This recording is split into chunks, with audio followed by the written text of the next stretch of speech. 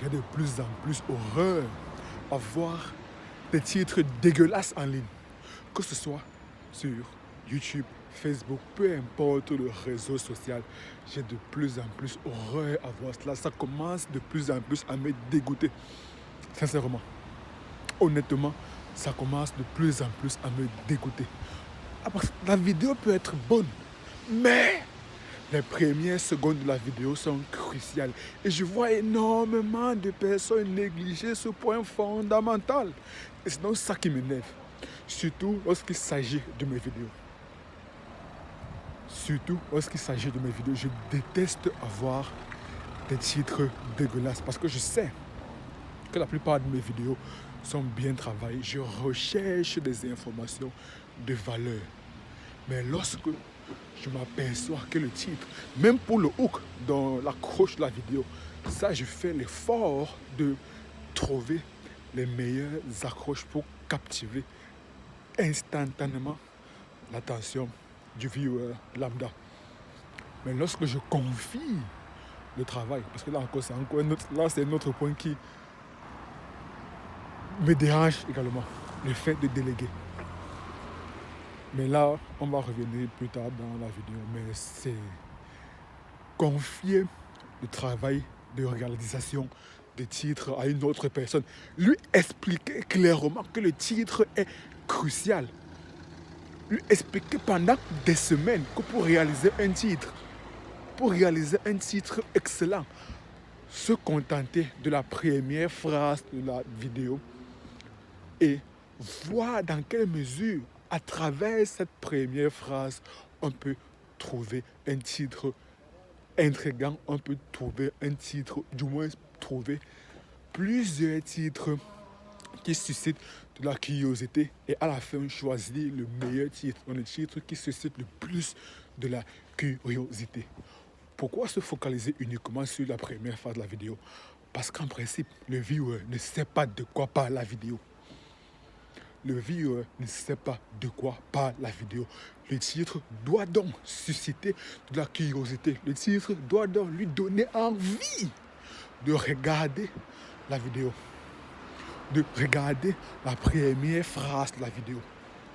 Lorsqu'il est assez convaincu de la première phrase de la vidéo, alors là, il aura beaucoup plus envie de poursuivre la vidéo. C'est tout simplement un biais psychologique expliqué par Robert Cialdini dans son livre Influence et manipulation. Le biais psychologique s'appelle tout simplement le principe d'engagement et cohérence. Lorsqu'une personne s'est engagée à fournir un premier pas, elle sera beaucoup plus susceptible à fournir un second pas, ensuite un troisième pas. Pourquoi? Parce qu'elle a déjà fourni au préalable un premier pas. Et l'être humain adore aller au bout des choses. Donc, expliquer cela à une personne, c'est même l'ami. Et le pire dans tout cela, c'est que la personne te dit, oui, j'ai compris, oui, j'ai compris. Mais tu reviens plus tard, tu vois qu'il n'y a pas un changement significatif. Sincèrement, c'est énervant. Le fait de déléguer, c'est waouh, waouh, waouh, waouh, waouh, waouh. C'est comme dirait Alex Hormozy, le fait de croître est stressant, le fait de stagner est stressant, le fait même de régresser est stressant. En tous les cas, peu importe les configurations, le business est stressant. Même de manière beaucoup plus générale, la vie est stressante. Parce que quand je délègue, c'est parce que je veux croître mon activité. Parce que je veux me concentrer sur les 20% d'actions qui vont conduire à 80% de résultats. Mais lorsque tu délègues, tu te rends compte que finalement, c'est en deçà des attentes. Non mais sincèrement, les gens ne se rendent pas compte. Sincèrement, les gens ne se rendent pas compte de l'impact du titre. D'ailleurs, il me semble que c'est David Ogilvy, un as de la publicité, qui avait mentionné que si l'on dispose de $1 pour réaliser sa publicité, 80 $, 80 centimes vont dans la recherche du titre et 20 centimes vont dans le reste de la vidéo. Donc 80% du budget publicitaire va dans le début de la vidéo pour accrocher directement l'audience. C'est très important. Cela rejoint le biais psychologique du principe d'engagement et de cohérence. Passer énormément de temps, passer 80% du temps, 80% de l'énergie, 80% de l'argent à rechercher, à accrocher le viewer. Parce que dès que le viewer est déjà accroché, il aura envie de poursuivre jusqu'au bout. Mais beaucoup de personnes, beaucoup de créateurs de contenu n'accordent pas d'importance au titre, n'accordent pas d'importance à la miniature, n'accordent pas d'importance à l'accroche de la vidéo. Pourtant, à mon sens, ce sont les éléments les plus importants. J'aime à dire que les 3 éléments les plus importants d'une vidéo sont le MIT, miniature, intro de vidéo et titre. Lorsque ces 3 éléments sont réussis, alors la probabilité d'avoir énormément de vues, la probabilité que la vidéo soit réussie, la probabilité que la vidéo attire énormément de visibilité est élevée. Donc on devrait se concentrer sur ces 3 éléments de MIT.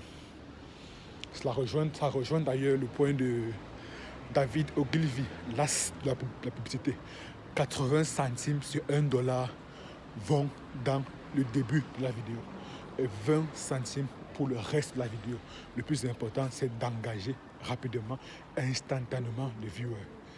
Mais malheureusement, la plupart des créateurs de contenu ne le font pas. Et moi, lorsque je vois les titres, ça me donne encore beaucoup plus de boutons. Déjà que j'ai des boutons, que j'ai déjà assez de boutons sur mon visage, mais voir des titres dégueulasses, quand ils le disent, des titres de vidéos dégueulasses, ça me donne encore beaucoup plus de boutons. Donc, que devrais-je faire? Devrais-je rétro-pédaler de manière à moi-même refaire des titres de vidéos? Et là, dans ce cas, je ne vais jamais croître. Ou alors, devrais-je laisser le gars à qui j'ai délégué, lui laisser faire des titres pas très très corrects. Dans tout cela impacte mon personal branding, cela impacte mon message, cela impacte ma vidéo. Quand je m'ai dit, en fait c'est aussi ça. Beaucoup de créateurs de contenu ne voient pas la création de contenu comme un business, ne voient pas cela comme de l'entrepreneuriat. Moi donc, j'ai fait énormément de parallèles entre le monde de la création de contenu et le monde du business, le monde de l'entrepreneuriat. Un entrepreneur, il crée des produits. Pareil donc pour un créateur de contenu. Ces vidéos, c'est ça qui représente ses produits. L'entrepreneur, il crée des produits pour gagner de l'argent. Pour le créateur de contenu, son argent, son salaire, sa rémunération, c'est à travers les vues. Et les vues qu'il génère à travers les vidéos doivent être un outil, doivent être un moyen pour plus tard gagner de l'argent. Nous sommes dans un monde où les réseaux sociaux prennent de plus en plus de l'ampleur. Les réseaux sociaux prennent de plus en plus de l'ampleur. Donc, les vues permettent plus tard de gagner de l'argent. Les vues sont une étape intermédiaire pour plus tard gagner de l'argent. Et pour générer donc des vues, il va falloir avoir des vidéos de qualité. La qualité allemande. Deutsche Qualität. Et pour avoir des vidéos de qualité, le MIT, miniature, intro de vidéo et titre de vidéo. Lorsque ces 3 éléments sont réussis, alors vous augmentez considérablement vos chances d'avoir une vidéo qui perce, une vidéo qui pète. Anyways. C'est le business est stressant. Mais bon, comme dirait l'autre, on ne pleure pas. C'est interdit de pleurer. Interdit. Si tu pleures, c'est trop grave. Nous, tout ce qu'on a fait, c'est de retenir les leçons et avancer. C'est retenir les leçons et avancer. En tout cas, que je pleure, ça change quoi? Le fait de pleurer ne change rien. Donc, voilà. Voilà, on apprend les erreurs et on avance. Bon, là, je vais retirer le livre que j'ai payé, The Deep, donc savoir quand est-ce que abandonner et quand est-ce que poursuivre. Le livre écrit par le père du marketing, Seth Godin. The Deep. Oh là là là là. C'est important, c'est important. C'est important de s'informer, de se former. La création de contenu de business, ce n'est pas du hasard. Ce n'est pas du hasard. Certes, il y a une part de hasard, mais on ne devrait pas attribuer cela au hasard. D'ailleurs, j'aimerais dire qu'il n'y a pas de hasard dans la vie. Il n'y a que des hasards. Pas de hasard dans la vie, que des hasards. Donc, le business, pas de hasard. Du moins, c'est plutôt de la chance, mais même le facteur chance, c'est très très faible. Parce que le business, c'est tout simplement la relation entre plusieurs personnes. Le business, c'est, même lorsqu'on parle du B2B, c'est business inter-entreprise. Ce sont des représentants d'entreprises vers d'autres représentants d'une autre entreprise. Donc ça reste toujours entre deux personnes. Pareil pour le B2C. Entreprise vers consommateur, entreprise vers particulier. C'est le représentant d'une entreprise qui fait du business avec un particulier. Donc ça reste toujours la relation entre deux personnes, du moins entre au moins deux personnes.